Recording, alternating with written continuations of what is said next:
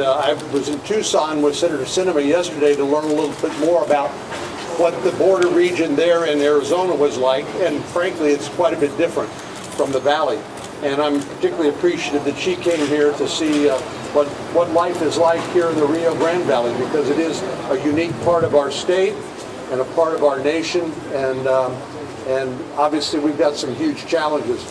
But one of the things that Senator Sinema said to me as we were walking out from the meeting we just had with all the stakeholders is what a great community that you have here, that's so supportive of one another, that works so well together across party lines to do what's needed for the people of the Rio Grande Valley. And I'm very proud of that, proud of my great long-time partnership with Congressman Cuellar, and Congressman Gonzales is relatively new to the Congress, but I have every faith that he's going to be a good partner for us on the House side. But perhaps the best evidence that we actually are not just talking but doing something is the legislation that you see that's mentioned here today, the Bipartisan Border Solutions Act. There's a lot of people that talk about the border who've never been to the border. They don't frankly know what they're talking about, but they talk about it anyway, and they create an impression of what life must be like here. And particularly when you start asking them, what ideas do you have? What solutions do you have for how we can deal with the complexity of what's happening at the border? And usually you hear nothing but crickets.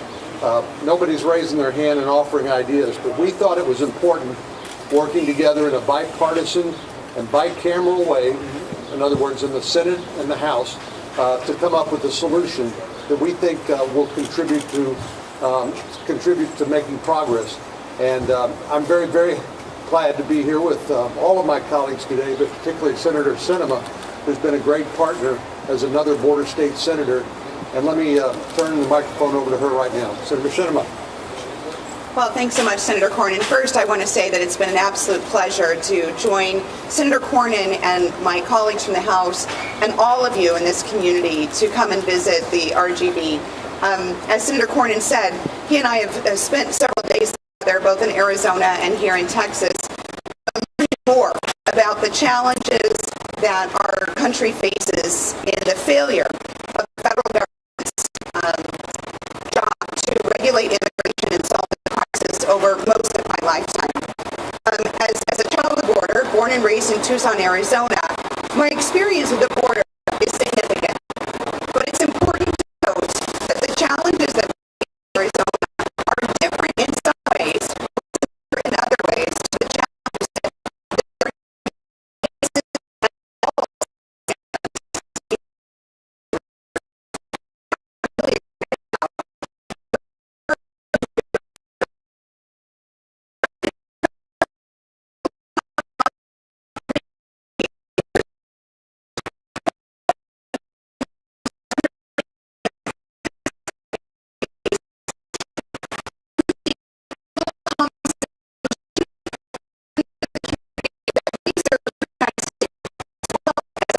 to the South and other that we see so many migrants coming to the United States of America.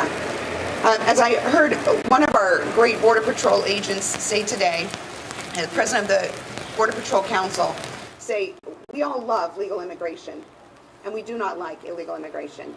What we attempt to do with our legislation is start a comprehensive conversation about the realistic changes we can make to ensure that people who seek to come to the United States to live the American dream have an ability and that and into our country. Now, our piece of legislation is not the end-all be-all. It will not solve all the challenges that our country faces in the challenge of immigration, but it is a practical step that addresses much of the current crisis we face, and we look forward to garnering support from allies and colleagues on both sides of the aisle as we return to Washington. As Senator Cornyn said, there's not a lot of bipartisanship happening in D.C. these days. You see a lot of bickering, and you don't see a lot of working together. And what I'm incredibly proud of is this group, the four of us who started a bipartisan, bicameral, very practical discussion on how to best help our communities and the communities of those who seek a life in the United States of America. So I couldn't be more proud to be here, and I thank all of our coalition partners and supporters who've devoted so much time to help us learn more today and garner the support we need to get this legislation across the finish line. Well done. Henry. Thank you. Es un placer estar aquí con ustedes, con el senador John Cornyn, la senadora Krista Sinema de Arizona y mi colega en el comité de asignación, Tony González. Lo que estamos buscando aquí con nuestros amigos, los líderes de aquí, de la ciudad, del condado, del estado, es hallar un balance. Nosotros todos queremos la seguridad de nuestra frontera, pero al mismo tiempo necesitamos un balance entre el comercio, el turismo. Sabemos que el río Bravo no los divide, pero los une como dos naciones. Y por eso estamos aquí con esta propuesta entre demócratas y republicanos, el Senado y la Casa de Diputados para hallar una solución para la frontera. La frontera es una parte muy segura. Sabemos que lo que queremos es ese balance. All we're asking for is balance between commerce, tourism, and security. And this is why we're here in a bipartisan approach. And I certainly want to thank Senator Cornyn, Senator Sinema, and of course my good friend Tony Gonzalez, and of course all the leaders, the city, the county, the private sectors, also the landowners, the state also, so we can provide balance to the approach. Thank you so much for being here. You know, America is built on immigrants, and we're also a nation of laws. And this sensible piece of legislation tries to tackle both of that. You know, this isn't a new topic for many of us that live and work along the border, but it is a growing crisis that is growing out of control. I'm very proud to be part of this group, both in the Senate and in the House, that have come together to roll up our sleeves. Look, the easiest thing to do is nothing. There's plenty of people doing nothing, right? The next easiest thing to do is to blame somebody else. And there's plenty of people blaming somebody else. I would argue one of the most difficult things to do is to roll up your sleeves, go to work, and try to find solutions to the problem. This isn't just about the lawmakers that are up here either. Look at this list of organizations that have endorsed this bipartisan legislation and are working in this space. You've got sheriff associations, you've got the Border Patrol Council, you've got property owners, you've got the commerce, you've got the Chamber of Commerce. It is a wide variety of groups that have come together to try to help and start to solve the problem. Because the bottom line, it doesn't matter whose fault it is. What matters is we have to solve this problem before it gets worse. Thank you again for coming today. Questions? Senator Cornyn, if you could talk about your thoughts on Governor Abbott declaring emergency on the border. Well, there's some semantic difference in what people want to call what's happening on the border. Some people call it a crisis. Some people call it a disaster. The fact of the matter is our local border communities are overwhelmed. Our Border Patrol that protect the front lines of our border, 40% of them are working off the border trying to process the volume of migrants that are coming across. They, of course, want to make sure we are compassionate, we take care of, for example, the unaccompanied children. But what that means is when that 40% of the Border Patrol is off the front lines, that the criminal organizations that traffic in human beings and traffic in drugs can move huge volumes of drugs across the border. Last 12 months or so, about 80,000 Americans have died through drug overdoses. Many of those drugs come across our southwestern border. So I don't care what you call it, but it's not normal. It's not good. It's a bad thing and something we need to fix. And so you can call it a crisis or a disaster, but I think it's something we have to attend to. Senator Cornyn, your legislation proposes a special docket to take care of all these cases.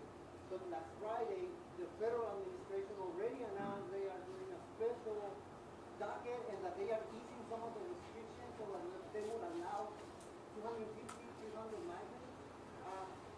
How's your legislation different and what do you support? Well, I appreciate the administration taking a look at our proposal and adopting some of the ideas. In particular, we think it's really important to give people who have immigration rights to be able to get in front of a judge and to present their evidence and make those claims. Right now, that's not possible because they are given a notice to appear months and maybe years in the future. This is what our Border Patrol friends call catch and release. It's been shown time and time again to encourage more people to come and not to deter people who don't have legitimate claims. So we simply want to make sure that people who do have legitimate claims, for example, to asylum, can get in front of a judge, make those claims, and come to our country as our laws provide. But for those who do not have legitimate claims, they need to be deterred from taking that dangerous journey in the first place. If I could also add to that, an important part, both Senator Cornyn and I are attorneys, although recovering. And one of the things that's important to know about the docket and allowing people to get their cases adjudicated more quickly is that when you do that, those who have claims that are valid then receive paperwork that allows them to remain in the United States forever with a path to citizenship. But if you don't give someone a time to get in front of a judge relatively soon, they may, more than 50%, never appear in front of a judge, which means they never hear their claims, they never get the paperwork to become, without any proper paperwork and an impossible chance of deportation. That doesn't solve their problem.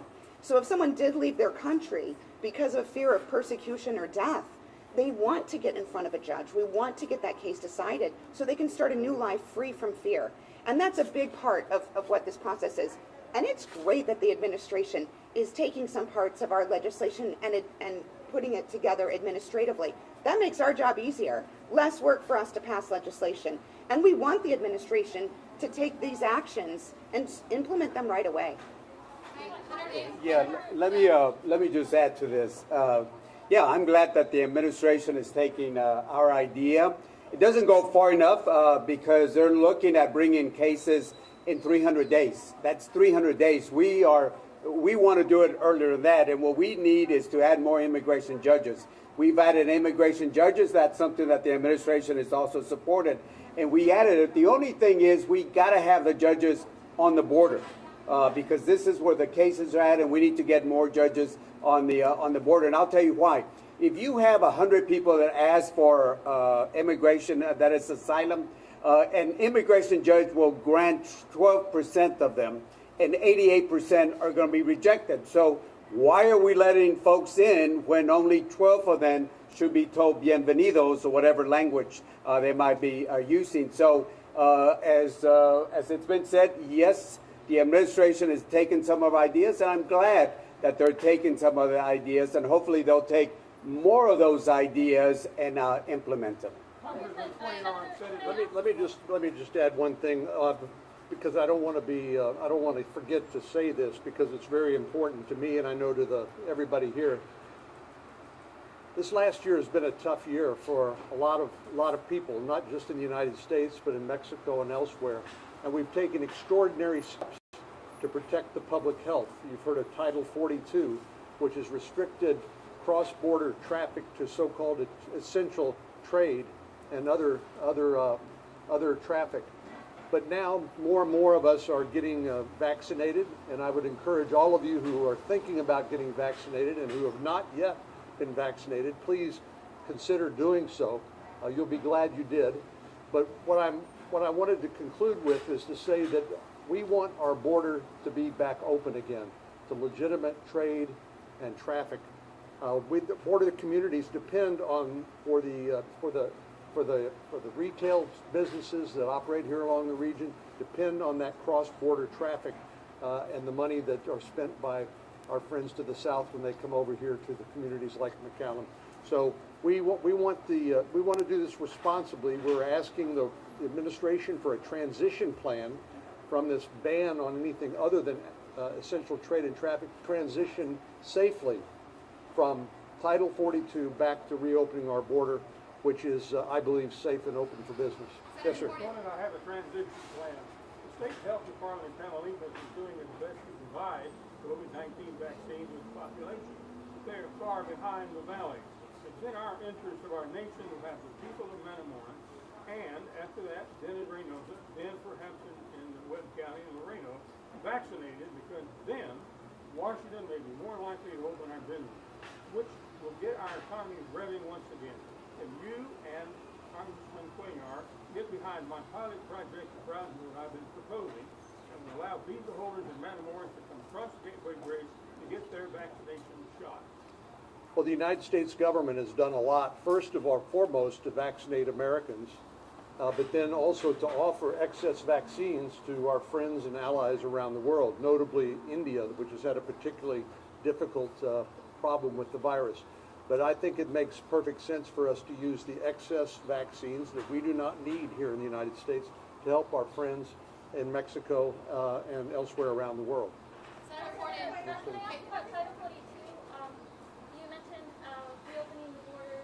I believe the non-essential is blocked or by Title 19, but once Title 42 and Title 19 are no longer enforced, do you believe that we are currently ready for what will happen next as far not just with trade, but also with immigration flows? No, we are not ready for the end of Title 42. And talking to our friends in blue and in green, they for months have been encouraging us to get the administration, both the previous administration and the current administration, to come up with a transition plan. Because the worst thing that could happen is for Title 42 to expire, and then without any transition plan being put in place, completely disarm the Border Patrol and CBP from dealing with the massive humanity that's sure to come. If there's one word that I continue to hear from our friends in blue and in green, it's that there needs to be some consequences associated with illegal immigration. We all believe that legal immigration is one of the secrets of our success as a nation, but illegal immigration that's run by criminal organizations that care nothing about the people they're smuggling, who smuggle deadly narcotics that take a lot of lives every year, we simply need to put them out of business. But the fact of the matter is, unless we come up with an alternative plan or a transition plan, we're going to see conditions get even worse and perhaps lose control of what's happening at the border. We cannot let that happen. Two questions for you here. Two Transition questions. plan in Matamoros, what do you think about it? Let's prove it up in Matamoros, Brownsville, and then implement it with the rest of the border. Look, there are plans to get some of the vaccine diplomacy, if I can use that term. Certainly, we need to use any of the surpluses to be used for Mexico and Central America and other places. So there are some efforts to work on that. There are some efforts. I think this is public knowledge. Laredo is a. It will be soon. It will be soon now. It is now done by Tony. My name is Tony Gonzales. Laredo's allowing foreign tourism vaccinations. You can fly from Mexico City, come in, and they checked it out with the state. So they're doing that. So there's different things, and I encourage all the local communities to encourage this. I'll say this: look at we had the Secretary of Homeland and Appropriations. We asked them questions about the opening of the border. I did have an opportunity to talk to CDC, talk to the health advisor for the Secretary, and I think they're working on it. But I think it comes down to a political decision, quite honestly. And as the senator said, we have to have a plan, because if we don't have a plan ready, it's going to be very difficult. The men and women in blue, the men and women in green are going to have a very difficult time if you make changes without having a plan. Let me give you one scenario. Albert, if you will allow me to say this scenario, hypothetical. What would happen if they get rid of Title 42, open up the non-essential, which we want? I want to keep Title 42. And then you get rid of the queuing that we have, the metering in the middle of the bridge, which means that people, instead of being checked over there, can come all the way down over here. Imagine if you have a scenario like that. Instead of myself giving you the answer, talk to our men and women in blue and green and see what happens, so that you have to have a plan. You don't just get rid of something without a plan. Two questions for you here. Hunter Davis with Fox News. I just want to add real quickly on Title 42. This is Henry Cuellar. So, You've gotten so Say something good, man. Say something good. So much better looking. Younger. right now, 40% of Border Patrol are not out in the field. They're in the processing centers. If Title 42 goes away, guess where those Border Patrol agents are going to be? They're going to be in the processing centers. That is dangerous to everybody. My district's 820 miles of Texas and Mexico border. In Del Rio and Eagle Pass in particular, they're at a point, a saturation point, where they're at a catch and release stage. Guess what? That's not good for anybody. It's not good for the migrants. It's not good for the agents. It's not good for the community. There has to be a plan in place. When Title 42 goes away, the administration has to have a plan in place. Otherwise, as bad as things are now, things will only spiral out of control. The floodgates will open wide open. And we have to talk about that now, not afterwards when it's too late. Hi, Hunter Davis with Fox News. Got two questions for you first. One last question. Yes, ma'am. Got two questions for you. One question, ma'am. One Yeah. question. Which one? Part A, Part B. Make it a compound question. It's a follow-up, so it's one question. Okay. So, first, any reaction to the boy that was dropped off by smugglers in El Paso? Any reaction to that? For any of the senators? Five-year-old boy. What's your, Yeah. Tony? I'm not familiar No. with it. You are, right? You can take this. Yes, yeah. My district's just in El Paso County. Sadly, we've seen this story over and over again. You know, your 5-year-old boy holding a teddy bear, kind of left behind from this group. It's a humanitarian crisis, however you want to look at it, and it's unfair to everybody, including that 5-year-old boy that's coming across. And this story is not unique. We have over 20,000 unaccompanied children that have a very similar story. Guess who's tracking them? Part of what this bill does, it tracks the unaccompanied children after they leave. I mean, that's an important piece of this legislation as well. We can't forget these children, regardless of their legal status. We can't lose sight of them. And lastly here for Senator Sims. Go ahead. Well, just to follow up on this point about unaccompanied children, our legislation ensures that when children are placed with sponsors around the country, that these are individuals who are known to not have criminal records, who are not abusers, so that we have more ability to know that these children are in safe circumstances. Right now, we don't have that security. We can't track these kids for more than 1 month after they leave these facilities. We had an opportunity to visit an unaccompanied children facility today, which I might add is being run in conjunction with Chicanos por la Causa, which is an amazing organization. From Arizona. From Arizona. But these children, we saw children who were toddlers, tiny children, who were all alone. And to know that when they leave these facilities and get placed with a sponsor on the country, we have no idea what happens to those children after that. And that's one of the dangers that comes from ending Title 42 without a plan in place, is more of these children will be left abandoned and in unsafe situations. My follow-up, Senator. Thank you very much. Appreciate y'all coming out today. Thank you again. Okay. No, it was good. Thank you. I appreciate it. Wonderful. I love it. Thank you, guys.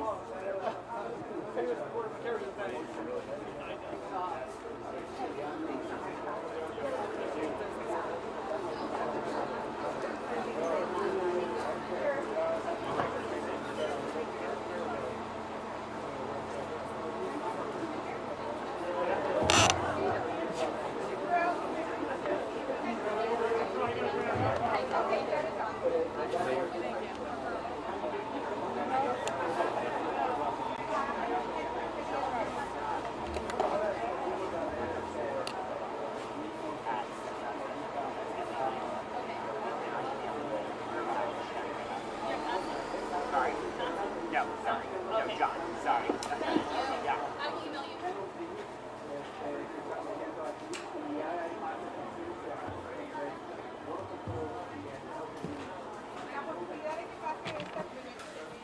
Sarah? Hunter. Yes. I can be Sarah. What do you need? Hey, reach out to you. We're the right people. Congressman Gonzales. Oh, hi, Congressman. How are you? Great. How you doing? Did you have fun today? Yeah, great. How's it been since last time I saw you? Oh, I guess that was exactly. like a month now? I know. It's been nonstop at the border. Yeah, how many times have you come to visit now? Oh my goodness. This week? Let's start there. Like I literally have seen maybe 8 of these unaccompanied children facilities everywhere. Yeah, let me my zoom out here just real quick. I have a question for, you're Yes, doing an yes, interview. yes. Yeah, sorry. Yeah. So just wanting to ask briefly, Yes. if you could just give us some context to your tour today, since we weren't included in that inside portion. Yeah, we did a wide variety of things. You know, one, we met with Border Patrol agents to hear firsthand what is happening on the ground. I think that's so very important to share their story. Things are getting just spiraling out of control. You know, the number of apprehensions, the number of sex offenders that are coming through. You know, over 1,200 folks with different records. It's very frightening. The number of methamphetamines and drugs, fentanyl, all that's very scary, along with the migrant situation. I mean, it's all continuing to spiral. That's part of it. We're here at the port as well, and we also visited an unaccompanied child facility as well to see how HHS was running the Donna facility there. And just talking about Title 42, that was a point of conversation